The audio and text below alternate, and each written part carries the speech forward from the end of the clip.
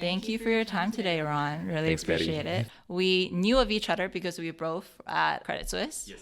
But since then, you have moved on to much, much greater things. Please, so thank you very much. So, prior to the interview, you mentioned that breaking into the finance industry was quite an accomplishment on your part. You really went against odds. I went through the Polytechnic system in Singapore, so I did 3 years there, but I did a diploma in hospitality and tourism management. So I did a few internships in hotels, and at that point, it was like a 6-day work week where you have to be standing maybe either by like the swimming pool or by an elevator and just pressing the buttons for hotel guests to come in. It was just very mind-numbing. It's really not the life for me. I did accounting finance courses through my diploma, which got me thinking like, you know what, that's something I really enjoy, and hence like wanting to do a whole degree. I went to an agency that places students for different unis. I spoke to a career counselor here in Singapore about my interests and my choices. The advice given was not to go into finance because first, my grades weren't that good, which I could live with, right? I know that's just something I have to work hard for. The second was because I'm queer, right? And the rationale was that queer people don't really get the same opportunities in finance. What do queer people do then? No, exactly, right? Like, so that was very mind-boggling for me. And at that point, I was right out of national service. I was like 21, 22, still trying to find my footing. It really messed with my head a little bit, right? But at the end of the day, I told myself, you know what, like whether this works out or not, it's really up to me. It's not based on what someone tells me to. But I would say through my uni career, like that has always been something that has been in the back of my head in terms of when I'm looking for internships, when I'm looking for job placements, for example, I would be very conscious in terms of sharing my sexual orientation to my employers, thinking that, you know what if it backlashes on me? What if I don't get a written offer from a company that I'm working with? So things like that do get to you, This is really the one thing I feel that has stuck with me, actually through my whole career, which then my biggest advice to grads who have come through, who are also queer, I've spoken to on an individual basis, it's really just to ensure like they live up to their potential and what they think they can do, right? And not settling for anything else. How did they know you were queer? It was just a conversation that came up. It's because I also wanted to go to a city where I felt safe. What did you feel in that moment? If I can recall, it really went blank for me. I never had a backup. I knew my grades could go into the school, and the school would have allowed me to choose any major I wanted. So it was just a bit of a loss, I would say, for a few days. Because it was just like, okay, if I don't do this, I don't think I'm really that interested in anything else. And if I'm not interested in anything else, then what's the point of me, like, potentially even going to school for? I think what would have been helpful would have been really just to speak to someone in the industry rather than an advisor like that, to get a good sense as to what the true situation is right there in the industry, right? Which then I'm now very happy to be here sitting with you to share also like my own personal experiences. Do you feel like there was at any point discrimination based on going to Polytechnic? Yes, I could have gone to a JC, but I really just didn't want that JC life. But then, kind of my both parents' side, no one has actually ever gone to Polytechnic. I would say I'm like the second of all my cousins to have actually gone. So at that point, I think like people were questioning my choice, like, oh, could have gone to a JC, why do you choose a Polytechnic? But I think people fail to see at that time the Polytechnics were also top class in terms of education system. They were really bringing the best students in. If I recall, the cutoff point for my course was 12 points. And I don't know, like this might sound really Asian for a lot of listeners out there. Like they have this thing called R1, R4 previously, where you choose one language and 4 other subjects to put in your score to make up maybe a total of like 20. And if you're below 20, you go to a junior college. If you're above 20, then you go to a Polytechnic. I don't know whether it's still a system right now. So at that point, like even the Polytechnics, they were rivaling what some top JCs were actually producing in terms of the score cutoffs, right? So for me, I personally just took comfort in the fact where, you know what, it doesn't really matter what people say about like why I went to a poly and stuff, as long as I knew that I made the right choice for myself, which unfortunately that tourism course didn't, but at least I feel at ease with my own choice because I knew, you know, it doesn't matter what you say or it doesn't matter what the stigma is, right? at some point, and I think it's true now, that poly students are held in the same regard as junior college students. And in a very funny spin of things right now, when now employers knew that I was from Polytechnic, they tend to be a lot more interested with background in finance, because I think predominantly in finance, it will still be most people from JCs generally who went through maybe like a very local uni path as well. So I think they were also looking for someone who is not really from a cookie cutter type situation. I recall one thing that my Credit Suisse boss actually mentioned, and he's a really, really good boss as well. He's always very proud to tell people that I was from Polytechnic and that I manage, and literally like that I am really exceeding expectations, not for someone with a poly grad, but even for someone as a junior, right? And he also attributes it to the fact that in Polytechnic, that's where you learn the life skills needed. That's where you learn the hard skills, and he doesn't see the same generally for a lot of even very good candidates from junior colleges that he sees generally. So not trying to like saying that Polytechnic is not as good as junior college. But I would say you do learn a lot of skills that you can bring to the table that I think people shouldn't discount themselves for having in Polytechnic. Again, it goes back to, I don't think most Polytechnic students see that in that way when they are studying. I think a lot of this will come to light when they start working, where you realize that, there are certain things that I can bring to the table that really complements what a junior college kind of person can bring as well. And that's where I think that's the beauty of our education system here in Singapore, is making sure that everything is so complementary as well at the end of the day. So That's very encouraging about the Polytechnic. yeah, because I think he also realizes he came from a very interesting same JC background, Raffles, went to a local university. Yeah. So from his perspective, I think he's very liberal in that sense, where he realizes that all his peers, even around his age, they were just thinking in a certain way, and it was, I think maybe from his point of view, it's just refreshing to have someone that's maybe different in terms of background, right, to come join the team, to shed a different light in terms of what they can share in terms of their life. Yeah, yeah. That's like the best case for diversity, right? Yeah, it is. It really is. It's not diversity for diversity's sake.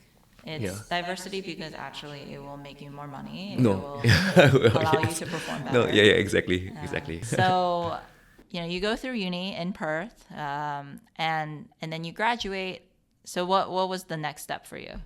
Applying for masters in the UK. At that point, I did a few internships. I knew I wanted to go into a bank, but I didn't know what function of a bank I wanted to go into. I knew I needed another year to just make sure I made the right decision for myself. But actually, on hindsight, if I could rewind time, it really doesn't matter what you do for your first role. Eventually, if you are so passionate and interested about something, things will naturally just align. And it's also something I wished someone had told me, that 1 year was great in terms of getting to kind of have another year of study, but I felt like I could have potentially relaxed a bit and not be so uptight in terms of my job find and like looking for something that it has to get down to like this perfect details as to what I was looking for, right? And really enjoying my time in London a lot more. So that's the one advice I'll give to myself. Yeah. That's fair. And can I even extend it a little bit further by saying that if you had graduated with just your bachelor's and no master's, you would still be okay. No, exactly. I would have been in the same position. To be honest, I felt that because at the point when I finished my bachelor's, I did get several offers. It's just me, well, I won't say being greedy, but just trying to extend a bit further, because those were actually offers that was also on the top of my list in terms of, okay, you know what, like that's really a career that I would want to carve out for myself. It really doesn't matter, whether you do honors or not, whether you have like a fail or D or C on your transcript, whether you don't stack up as well as your peers. So what was your first job out of your master's? Yeah, so after my master's, I went to bank. I was in the management associate program. Unfortunately, that didn't last super long. Was there for a year and a half, only because I wanted a role that was more specialized and more focused. The management associate program was great for someone who wanted to be more of a management style type role eventually, and I couldn't like bring myself to that at that point in time. So that's when I pivoted to Credit Suisse. That's where we met. In Credit Suisse, I was in a private bank. I was an investment consultant there. Basically, what we do, we put together portfolios for ultra high net worth clients. We choose different vehicles, I'd say like funds, equities, bonds across all asset classes. To just make sure that it fills the investment needs of an individual client. So that's basically my role there. So that was really something I wanted to do. I love looking at markets. I love looking at investments. So any type of role in that capacity, I would have really enjoyed, right? So I think managing the emotions and demands of super rich people can be very tiring. But fortunately as well, that's the role of the relationship manager. Have you ever heard of any other naysayers after that career counselor? No, actually, not many. It's almost also proving that counselor right, in the sense in uni I never really met anybody else who was queer and in business school. Oh, interesting. Right. So both my undergrad and my postgrad, it was the case where my queer friends really came from everywhere. Right. I was the only one studying business accounting. Have you ever been outed at work? So one maybe interesting thing I didn't share about one of my internships was I decided to be very intentional about sharing my sexual orientation. Which firm was this? This was with Goldman Sachs. When I was I was in my third year, going to my masters. Decided to do an internship. With Goldman, I actually was very intentional mentioning it during my interviews that I'm queer, just to see the reactions and the responses, because at that point in time, I felt like I really didn't have anything much to lose, in a sense where at the very most it's like I don't get a job, right? But then it just took a 180-degree turn, in the sense where they were just so supportive about it. They were very glad that I mentioned this during my interviews, because they saw this as a sign of, in the form, bravery in a way, because like I don't think many candidates will share that right at that level. So for them it's just thank you for sharing the experiences, because I think it came to a point in the interview, it's not just me blurting that out randomly. It was also, I think one of the questions were, okay, what are some of the hardships or the hardest thing that you have to go through growing up? And that to me like makes the most sense about like talking about my career experience. So I think the interviewers was just like, they were very, I would say, supportive, right, at that point. And in some way I think it just also felt right for me to share, right? So I'd say international firms typically they take this stuff very seriously. I would say actually local firms as well, right? They're also pivoting in, I would say, a very positive direction.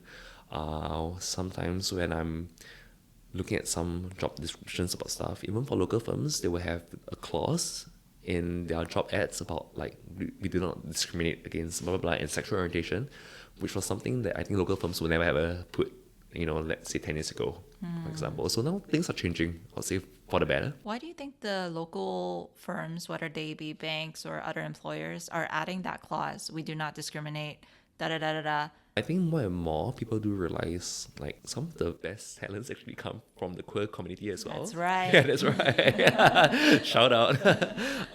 So And they're all on my podcast. oh wow. Thank you. Because I think it's the experiences that we have gone through that really shape our hardships, in terms of, I don't think this is unique for me, in terms of me latching on to what I really want in life, targeting that, and just working my ass off to get it. I think it actually applies to a lot of people in the queer community because of what we had to go through growing up as well. So I think that also shapes how potentially employers are looking. And you need someone with grit, with endurance. I do appreciate the capitalist take of that. Oh, okay. Queer people have gone through more hardships. No, okay. We have This is more going to get grit. cut out from the podcast. No, I think you put it in a more mellow way, which I appreciate. I think in general, we're recognizing that, right? Immigrants also have been. Exactly. The hustlers, people who are not the majority in terms of race or gender, they perform in a different way because they have always existed on the margins. And so they've had to figure out how to grapple with that. So you're going to get a very different perspective and a different way of solving a problem than someone who's been served very, very nice things and always been, complimented and listened to and stuff. As you were saying that, I actually had like goosebumps because you put it in such a nice way. Like I couldn't have said it better myself. So thank you. I think my next question would be, and you mentioned this kind of in passing, is that you were the only queer person that you knew in university, but then once you went into the workforce, you saw more queer people, and that was very empowering. But I'm curious because we're still a minority in the workplace, right? So the network will be like, a few people from each function maybe that will gather together. But on a normal day-to-day, you're still a minority in your team. And so this is a question that we ask women, how does it feel to be in a very masculine, male-dominated space? But also a question I want to extend to you is that kind of patriarchal, cis, heterosexual, male ideology and way of, moving about the world. Have you noticed that at all? Do you feel like in some ways you've ever played into it just to get their approval? Like what's your thoughts on it? at least at the beginning, I think I would have played into it a little bit more just because I knew I was a junior. So good example here. Internship, I will not name where, a accounting firm, where I think it was like my first week of my internship. The boss brought us to this Thai disco club, right? So I was really very uncomfortable going there. But then, like, the boss himself just got very handsy with like the women in the club, right? He kind of booked out like a private room. I was in there, and then he got more and more of the ladies to come into the room, and you know how things work, and it just got really uncomfortable for me. I spoke to a senior the next morning. I told my senior, like, you know what, I'm going to leave this internship. It was only my first week, and it was only, I would say, my second internship in university, right? Experience. So it just left such a bad taste in my mouth at that point of time. I told my senior about the situation, but then the senior managed to kind of talk me out of it. Like, how? So I can't really remember the exact details of the conversation. But it's also quite true because as a junior at that point, it was on the flip side in the sense where I had more to lose than more to gain. Yeah. So I was also thinking about it, like if I were to quit now, like how would it look? Because on my CV, on my resume, because then it will leave a gap for that summer. I wouldn't have anything to fill in. That was particularly a role that I was really wanting to do and experience for myself. So I kind of stuck through it, right? But I think I did things for myself to kind of distance myself from the boss. Just maybe putting my hands up for other projects and other deals that particular boss wasn't on, just to make sure that, you know what, something like that never happened again. To always just find a reason to leave work, like when he calls for drinks and stuff like that. So there are ways to kind of navigate and to move around that. And it's so like deeply etched in my mind right now, that particular experience. To also, I think at the point it was hard to see whether or not that internship would have made a difference in my life. It's more thinking back right now, it wouldn't have, right? So now if I know on hindsight, would I have played into that? I wouldn't have. I would have really left. But I think at the point that maybe 23, 24-year-old me would have seen that. And it's also something that is not wrong to not see that at that point of time. So fast forward now, I'm with Capital Group.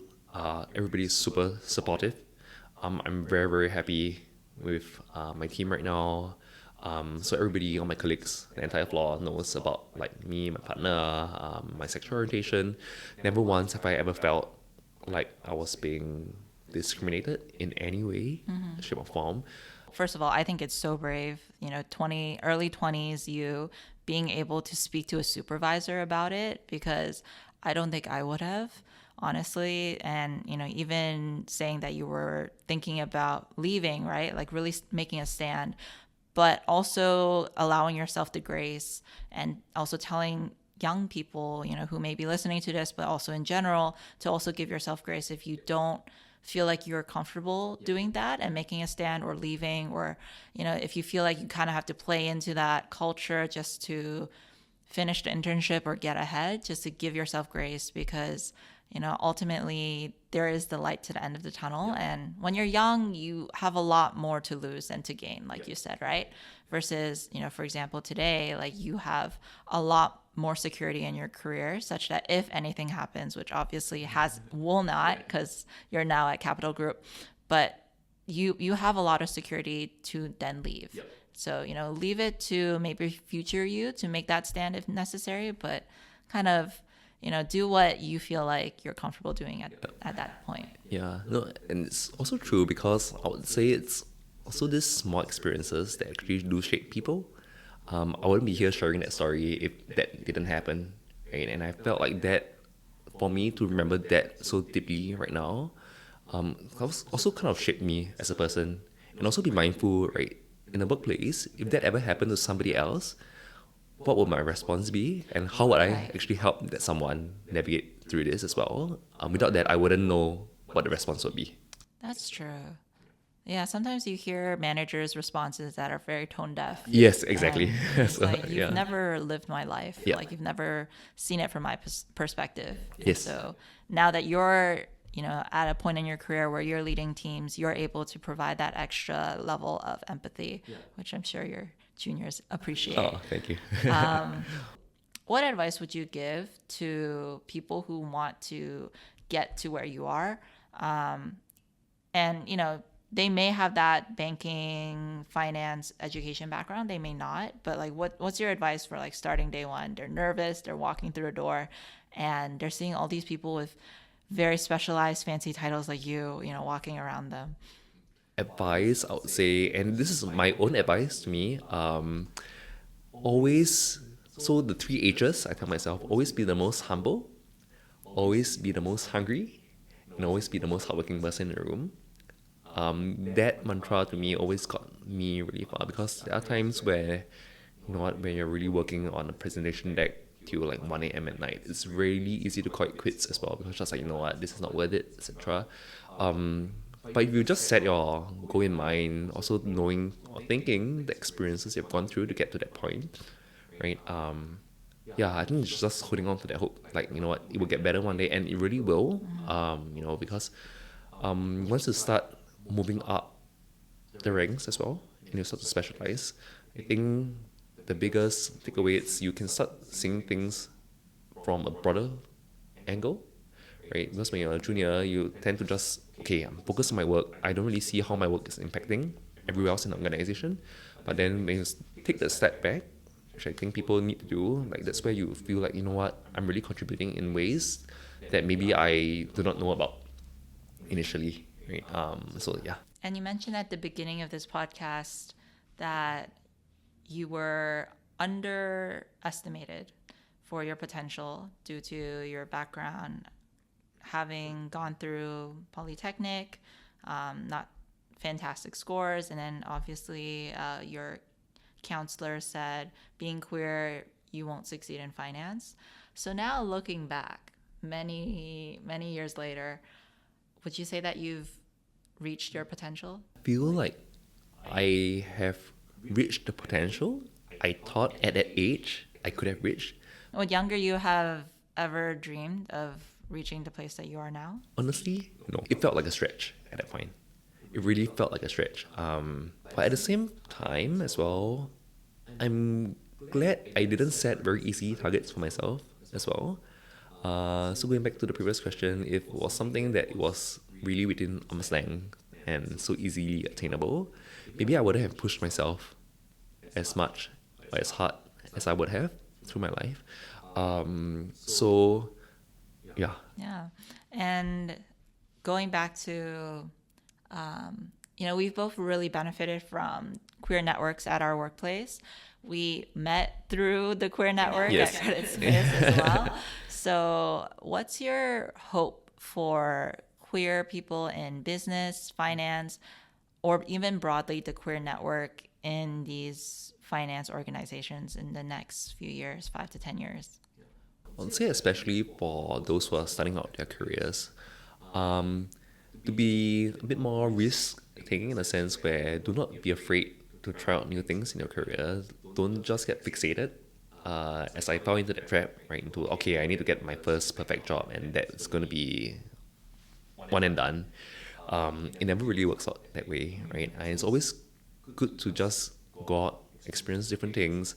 Through the life of the career, is to then always, again, going back to like not settling for something. Once you reached maybe the next level, like trying to expand the potential again, right? And you'll just realize like life will get a lot more fulfilling. I also want to add a little tidbit, which is what you said earlier, which is that if it is valuable still to be upfront and authentic about yourself, even when you're interviewing, even if you are early stage. So you mentioned that you were very upfront about your queerness, even when you were interviewing for internships, and you felt like that was very rewarding. I have also been always very upfront. Again, caveat, it's not that we're blurting it out in the middle of the interview. Yes. These are finance technical interviews. But, if they talk about your hobbies, or they say, your question was, how did you overcome a hardship, right? It will come up if it feels authentic to you to bring it up. So kind of to tie in with your whole spiel of keep pushing and keep realizing your potential, that you don't need to chase after doors or force open doors that do not accept you for who you are.